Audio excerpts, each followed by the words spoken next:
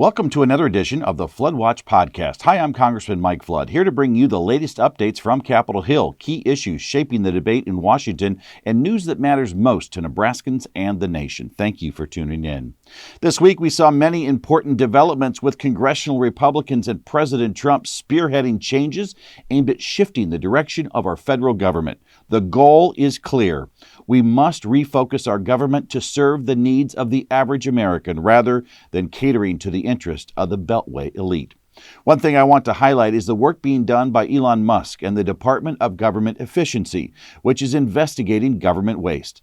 For far too long, our taxpayer dollars have been funneled into wasteful and radical programs. Programs like the Green New Deal, DEI initiatives, and other woke pet projects pushed by Washington liberals that have wasted billions of dollars, adding to our country's $36 trillion debt. DOGE is now working to identify and expose this waste. It's crucial to note that Elon Musk and his team can't do anything without President Trump's sign-off, and they need to handle sensitive information and American data responsibly. Any cuts to federal spending will ultimately need sign-off from Congress through the appropriations process. Once DOGE has formal findings, I look forward to reviewing their work and teaming up with President Trump to make sure our federal government is more accountable to the people it serves.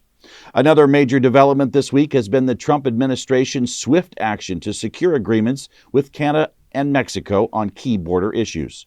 Through a strategic mix of tariffs and negotiations, the administration has successfully reached agreements to help combat the flow of fentanyl and illegal immigration.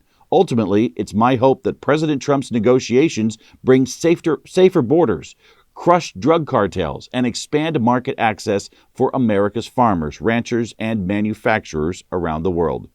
Over the past week, House Republicans have continued to work towards an agreement on budget reconciliation.